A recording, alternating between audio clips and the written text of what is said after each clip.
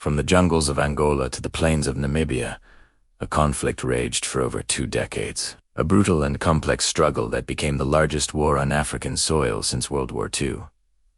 This was the South African Border War, a series of interconnected conflicts that pitted the apartheid regime against a coalition of anti-colonial movements backed by Cold War superpowers. It was a war that defined a generation and reshaped the destiny of Southern Africa. In the mid-20th century, South Africa, under the iron grip of its white minority government, stood as a bastion against the winds of change sweeping across the continent. While other nations shed their colonial past, Pretoria actively worked to suppress independence movements on its borders. It intervened in the Rhodesian Bush War and set its sights on its neighbors, Namibia and Angola. This aggressive stance, rooted in the ideology of apartheid, earned South Africa near-universal condemnation. Following the horrific Sharpeville massacre in 1960, the United Nations imposed sanctions, isolating the country on the world stage.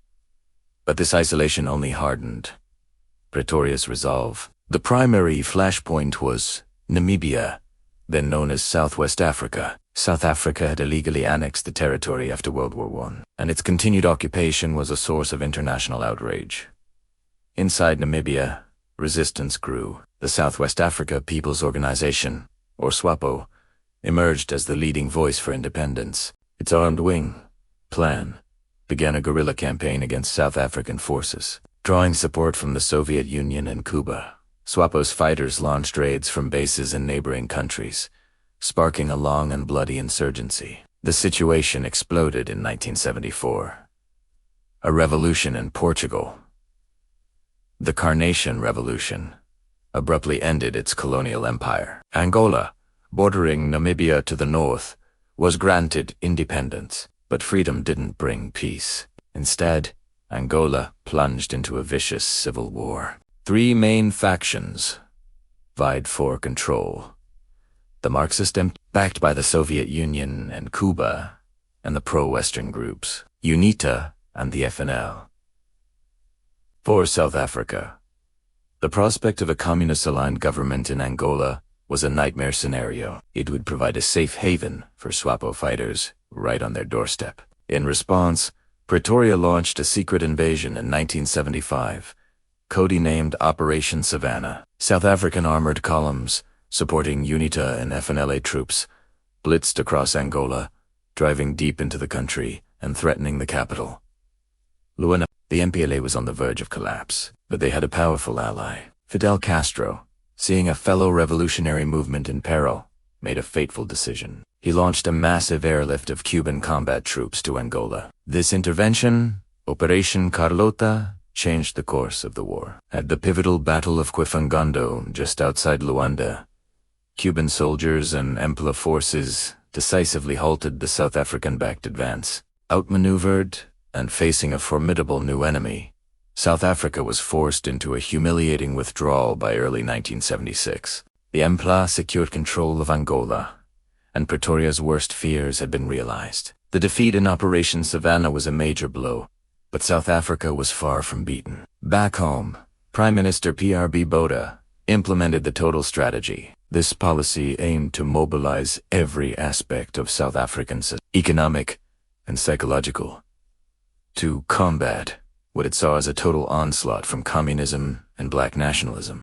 The military budget ballooned, and the South African Defense Force, the SADF, became one of the most powerful and technologically advanced armies in Africa. A UN arms embargo, imposed in 1977, ironically spurred South Africa to develop its own sophisticated arms industry, producing everything from armored vehicles to artillery. With this new military might, South Africa adopted a strategy of aggressive preemptive strikes. It launched a series of devastating cross-border raids into Angola, targeting SWAPO bases. In 1978, Operation Reindeer saw South African paratroopers attack a major SWAPO camp, while the SADF claimed it was a military target. Many of the casualties were civilians, sparking international outrage and further isolating the apartheid regime. Undeterred, the SADF continued its incursions. Operations like Protea and Daisy in 1981 inflicted heavy losses on both SWAPO and Angolan government forces, occupying large swaths of southern Angola. South Africa created a buffer zone, a no-man's land, where it could hunt insurgents at will. Diplomatically, Pretoria played a shrewd, if cynical, game. It linked the issue of Namibian independence to the withdrawal of Cuban troops from Angola. This linkage policy found favor with the United States under the Reagan administration, which also opposed the Cuban presence. But on the ground, peace was illusory. Ceasefires were signed and just as quickly broken. South Africa's incursions continued, culminating in Operation Askari in late 1983. This major offensive aimed to disrupt a planned SWAPO offensive, but it led to heavy fighting with Angolan and Cuban forces, showing that Pretoria's enemies were growing stronger and more determined. The conflict reached its climax in 1987 at a small, unassuming town in southeastern Angola called Quito. The Angolan army, with Soviet advice, launched a major offensive to drive UNITA from its strongholds, but they were ambushed and routed by the SADF in UNITA.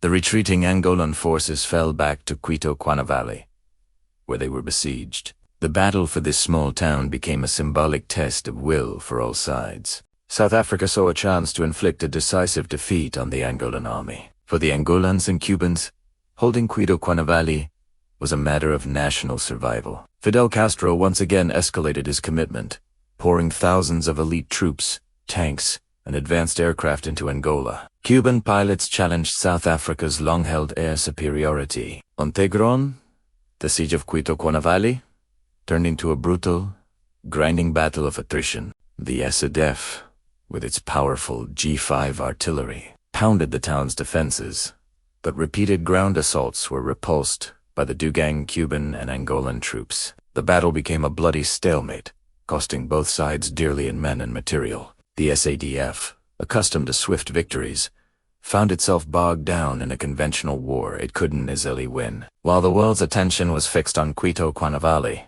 Cuba executed a brilliant strategic maneuver.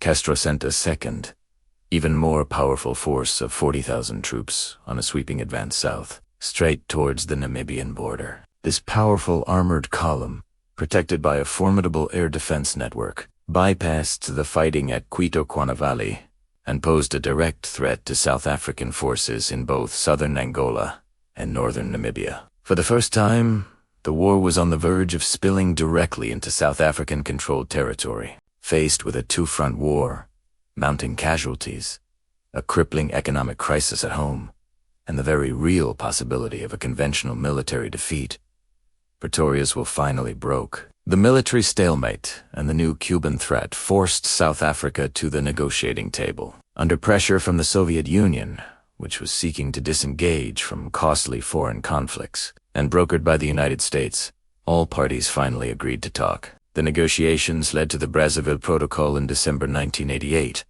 The deal was a landmark compromise. South Africa agreed to withdraw all its forces from Angola and grant full independence to Namibia. In exchange, Cuba agreed to a phased withdrawal of all its troops from Angola. The linkage policy had, in a way, succeeded, but on terms that represented a strategic defeat for Pretoria. The dream of a regional buffer of friendly states had vanished. On March 21, 1990, the South African flag was lowered in Windhoek for the last time, and the new flag of an independent Namibia was raised.